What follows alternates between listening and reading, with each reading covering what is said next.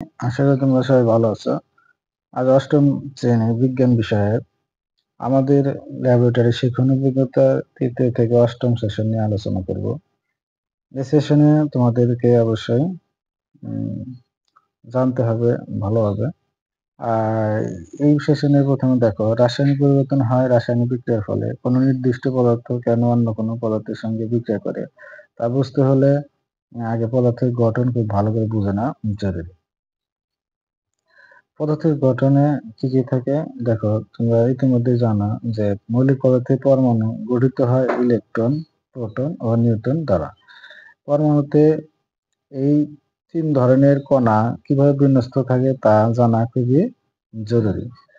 আর কেন কোনো নির্দিষ্ট পদার্থ অন্য পদার্থের সঙ্গে রাসায়নিক বিক্রিয়া করে তা বুঝতে হলে এই বিন্যাস জানা দরকার। শিক্ষকের সহায়তায় তোমাদের অনুসন্ধানী পাঠ বইয়ের পরমাণুর গঠন অধ্যায় থেকে পরমাণুর গঠন, ইলেকট্রন বিন্যাসের নিয়ম, রাসায়নিক সংকেত নির্ণয়, আইসোটোপ, মৌলের পারমাণবিক সংখ্যা ও ভর সংখ্যা ইত্যাদি বিষয় সম্পর্কে ভালোভাবে জেনে নাও।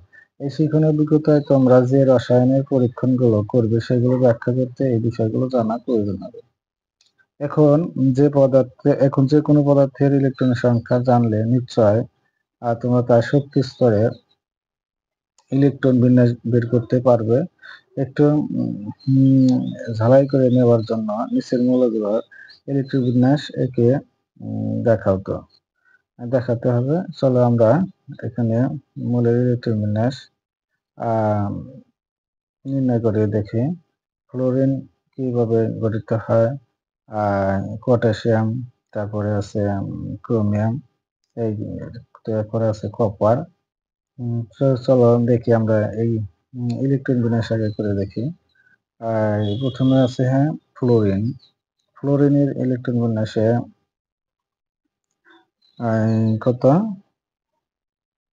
ফ্লোরিন 9, তাহলে এর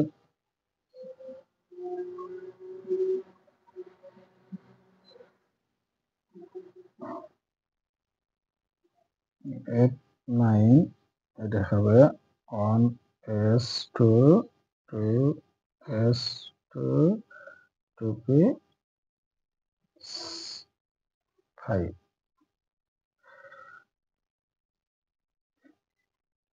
এরপরে আমরা এটার যদি একটু ডায়াগ্রাম আঁকাই, এই ডায়াগ্রামে দেখতে পাবো যে ডায়াগ্রামে কি দেখতে পাই যে প্রথম শক্তি স্তরে কয়টা ছিল? 2টা ইলেকট্রন।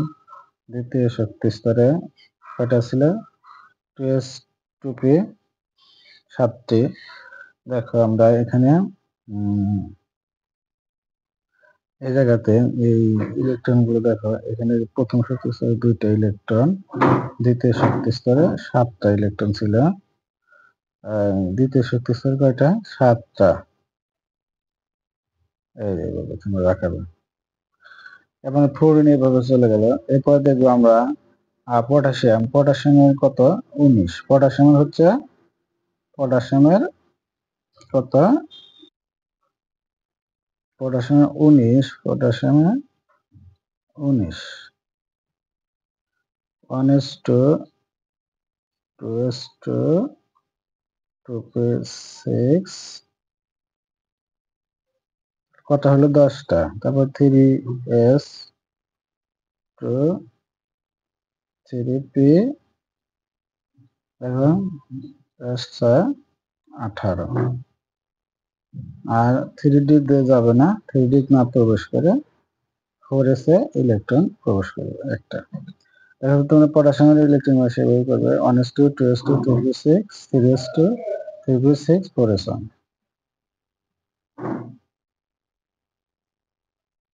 এরপর আমরা পটাশিয়ামের ডায়াগ্রাম দেখি। দেখো পটাশিয়ামের যদি আমরা ডায়াগ্রাম করি, পটাশিয়ামের ডায়াগ্রামে যদি করি, প্রথম শক্তি স্তরে 2টি, তৃতীয় শক্তি স্তরে সর্বোচ্চ করে থাকবে 18টি। তৃতীয় শক্তি স্তরে পটাশিয়ামের কয়টি ছিল? পটাশিয়াম প্রথম শক্তি স্তরে ইলেকট্রন ছিল 2টি, দ্বিতীয় শক্তি স্তরে ইলেকট্রন ছিল দেখো 8টি। এখানে মোট কত হলো? 10, তারপর তৃতীয় শক্তি স্তরে কয়টা দেখো 10 পরে যত 19, তৃতীয় শক্তি স্তরে 8টি এবং চতুর্থ শক্তি স্তরে 1টি ইলেকট্রন থাকে। কয়টি? 1টি ইলেকট্রন থাকে। এভাবে তোমরা এর ডায়াগ্রাম আঁকাবে।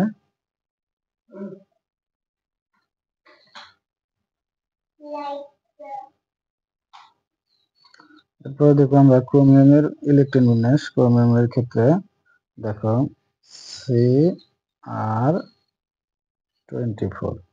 ক্রোমিয়ামের ক্ষেত্রে হবে 1s2 2s2 2p6 6 3s2 3p6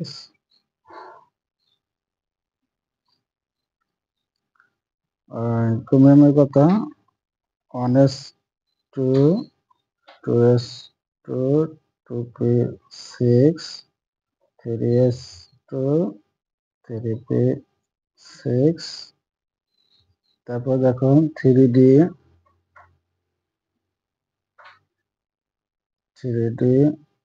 5 এরপরে 4s1। ক্রোমিয়ামের ইলেকট্রন বিন্যাস হলো 1s2 2s2 2p6 3s2 3p6 3d 5 আর হলো 4s1। এখানে এর পরবর্তীতে দেখো আমরা এখন দেখো আমরা কপারের ইলেকট্রন বিন্যাস কত। কপারের ইলেকট্রন 29 এর জন্য কত হয় 1s2 2s2 2p6 3s2 3p6 তারপরে 3d 3d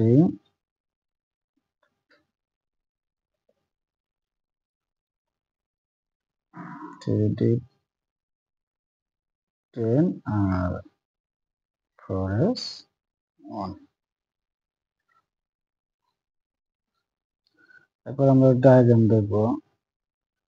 কপারের ডায়াগ্রামে দেখা যাচ্ছে যে প্রথম শক্তি স্তরে 2টি,